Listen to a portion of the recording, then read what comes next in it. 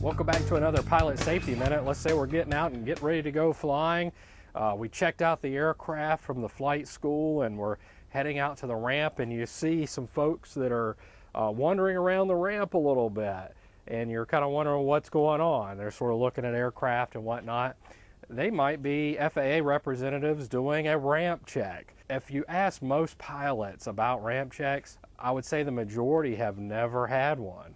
Myself personally, after 25 plus years of flying, I've only been ramp checked one time, and it was a very easy experience. So to categorize this appropriately is probably more the fear of than actually going through one. But if it does happen, we can give you some tips here on how to deal with the FAA and what your rights and responsibilities are in the process. The FAA will not get in the aircraft without permission. More times than not, they'll look for external things on the airplane, such as fuel placards. If you look into the cockpit, you might have a compass card that's really faded. That's a good thing to check for.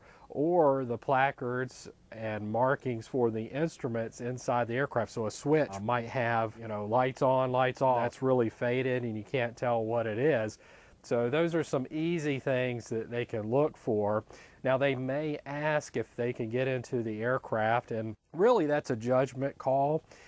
More times than not, I would probably say go ahead and get into the aircraft and take a look, because what they can do is go back to the office, they write a letter to you, and they'll request that they are able to go through the aircraft and what have you. You can be asked for your pilot's license and your driver's license ID, for instance, as a picture ID, and that's acceptable as well, including the medical. When I was ramp checked, it was kind of funny in retrospect, because the person that was flying with me, and he had a big stack of cards in his back pocket. They had his medical somewhere in there, and he was sorting through trying to find it. So I guess the message is try to have your information readily accessible. Ramp checks, they're really not as bad as people make them sound. I think it's under the category of like stalls. When you first learn stalls, there's a lot of water cooler discussions, as I call them, related to what they are and how they are and that sort of thing. And